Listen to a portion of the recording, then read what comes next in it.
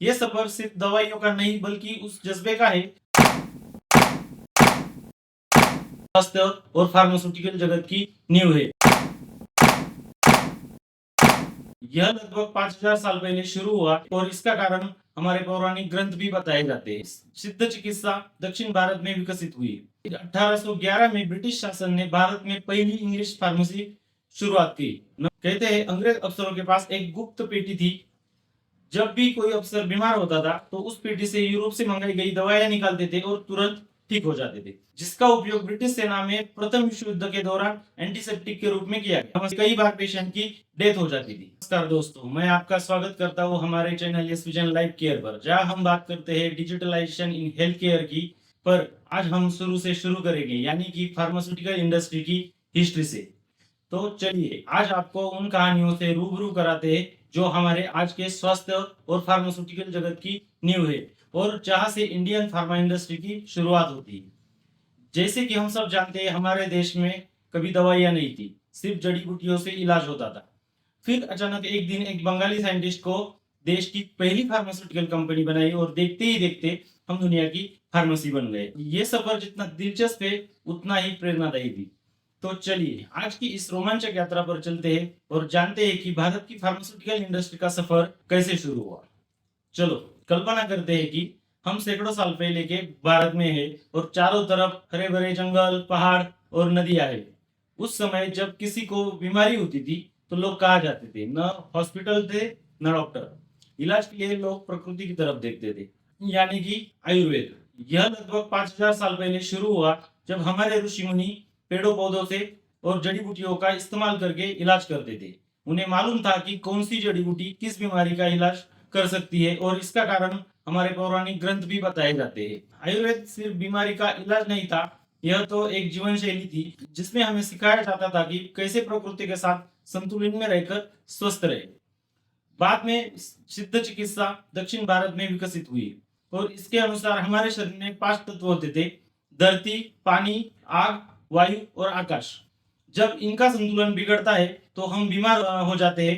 कहते हैं कि सिद्ध चिकित्सा को 18 सिद्धों ने शुरू किया था, जिन्होंने इस ज्ञान को पीढ़ी दर पीढ़ी आगे बढ़ाया।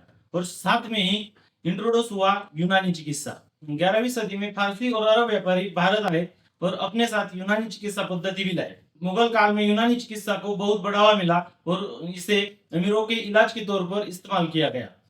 अब कहानी मोड़ लेती है 19वीं सदी की तरफ, जब भारत में ब्रिटिश शासन था।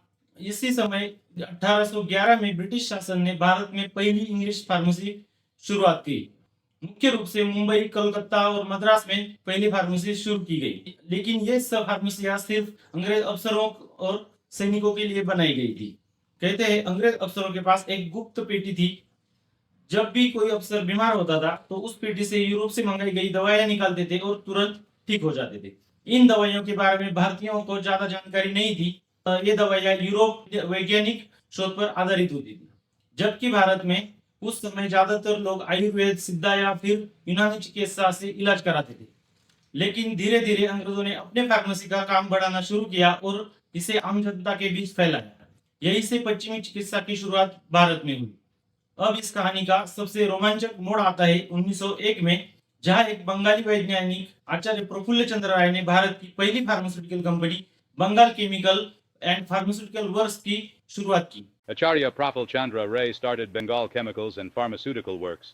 Bengal Chemicals and Pharmaceutical Works started soon by Acharya Praful Chandra Ray.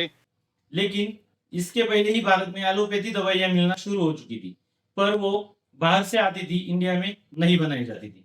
Praful चंद्र राय एक गरीब परिवार से आते थे। उनका जन्म 1861 में वर्तमान बांग्लादेश में हुआ था, यानी कि उस समय पे बंगाल प्रांत था जो कि भारत का हिस्सा था। लेकिन उनकी जिज्ञासा और मेहनत ने उन्हें दुनिया का एक महान रसायन शास्त्री बना दिया। खुद के स्वास्थ्य के समस्याओं के बावजूद उन्होंने 1882 में स्कॉलरशिप से यूनिवर्सिटी ऑफ एडिनबर्ग से रसायन शास्त्र में डीएससी पूरी की। डीएससी उस समय की वैज्ञानिक शास्त्र में एक डिग्री होती थी। भारत लौटने पर उन्होंने कलकत्ता के प्रेसिडेंसी कॉलेज में प्रोफेसर के रूप में काम शुरू किया, जहां उन्होंने सीमित संसाधनों के साथ मर्क्यूरस नाइट्राइड की खोज की। कहते हैं कि जब उन्होंने अपनी कंपनी की शुरुआत की, सिर्फ उनके पास 700 रुपए थे। शुरुआत में लोग उन्हें गंभीरता से नहीं ले रहे थे क्योंकि विदेशी कंपनियां भारत के बाजार पर हावी थी, लेकिन राय ने हार नहीं मानी। उन्होंने न केवल दवाइयां बनाई बल्कि उसके वितरण का भी एक अलग योजना तैयार की। उनकी सबसे बड़ी सफलता तब आई जिन्होंने क्लोरामेंटी नाम की दवाइयां बनाई, जिसका उपयोग ब्रिटिश सेना में प्रथम विश्व युद्ध के दौरान एंटीसेप्टिक के रूप में किया गया। इस दवा ने बंगाल केमिकल को एक नई पहचान दिलाई और राय की मेहनत रंग लाई। अब सवाल आता है कि जब आने जाने के साधन सीमित थे, तब बंगाल केमिकल अपनी दवाइयां वितरित कैसे करता था। शुरुआत में कंपनी ने कोलकाता में स्थायी फार्मेसी या अस्पतालों में अपनी दवाइयां बेचना शुरू की। ब्रिटिश सरकार और सेना के अस्पतालों के साथ टाई अप कर उन्होंने अपनी दवाइयों की बड़ी मात्रा में बिक्री की। बाद में बंगाल केमिकल ने विभिन्न शहरों में एजेंट और थोक विक्रेता नियुक्त किए, जो गांवों और छोटे कस्बों तक उनकी दवाइयां पहुंचाते थे। जब युद्ध के दौरान क्लोरामेंटी की मांग बढ़ी, तब उनकी दवाइयां यूरोप और अन्य ब्रिटिश देशों में भी भेजी जाने लगी और आगे जाकर यही कारण बना बंगाल केमिकल के सक्सेस का। उस समय दवाइयों का वितरण ट्रेन, जहाज और कभी कभी घोड़ा गाड़ियों में भी होता था। यह प्रक्रिया धीमी थी और दवाइयां टाइम पर नहीं पहुंच पाती थी, जिसके चलते कई बार पेशेंट की डेथ हो जाती थी, लेकिन दवाइयां धीरे धीरे पहुंच जाती थी। बंगाल केमिकल के बाद कई सारी कंपनियां स्टार्ट हुई, जैसे कि एलम्बिक फार्मास्यूटिकल स्टार्ट हुई थी 1907 में वडोदरा, गुजरात के अंदर। जब बाद में द कलकत्ता केमिकल कंपनी 1916 में कोलकाता में स्टार्ट हुई। Indian drugs and pharmaceutical limited, Cipla, Unichem laboratories, ये कंपनियां मुंबई में स्टार्ट हुई। लेकिन 1947 में जब भारत आजाद हुआ, तब देश को आत्मनिर्भर बनाने की जरूरत थी। उस समय कई नई भारतीय कंपनियों ने अपनी पहचान बनाई, लेकिन असली क्रांति तब आई 1970 में पेटेंट कानून लाया गया। इस कानून ने भारतीय कंपनियों को विदेशी दवाओं की जेनरिक कॉपी बनाने का अधिकार दिया। यही वजह है कि सिप्ला, रनबैक्सी और डॉक्टर रेड्डी जैसी कंपनियां उभर कर सामने आई। इन कंपनियों ने केवल भारतीय बाजार में बल्कि पूरी दुनिया में सस्ती और असरदार दवाइयां पहुंचाई। सिप्ला की कहानी तो और भी प्रेरणादायी है। 1980 के दशक में जब पूरी दुनिया में HIV यानी कि एड्स फैल रहा था, तब सिप्ला ने एंटी रेट्रोवायरल दवाइयां बनाई, जिससे लाखों लोगों की जान बचाई जा सकी। सिप्ला पर पूरी एक अलग वीडियो बन सकती है। अगर आप सिप्ला की कहानी जानना चाहते हो तो इस वीडियो को कमेंट बॉक्स में बताइए, हम इस पर जरूर वीडियो बनाएंगे। आज भारत को दुनिया की फार्मेसी कहा जाता है। भारत की फार्मा कंपनियां हर साल अरबों की दवाइयां दुनिया भर में बेचती है।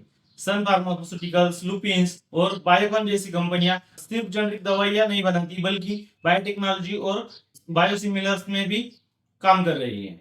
दोस्तों, ये सफर सिर्फ दवाइयों का नहीं बल्कि उस जज्बे का है जिसने भारत को आज इस मुकाम तक पहुंचाया है। हमने पुरानी जड़ी बूटियों से लेकर अत्याधुनिक तकनीक का सफर तय किया है और आज हम दुनिया की फार्मेसी बन गए हैं। अगर आपको ये वीडियो पसंद आया हो तो इसे लाइक करें, अपने दोस्तों के साथ शेयर करें और हमारे चैनल को सब्सक्राइब करें, क्योंकि हम आपके लिए ऐसे ही प्रेरणादायी कहानियां लाते रहेंगे। धन्यवाद।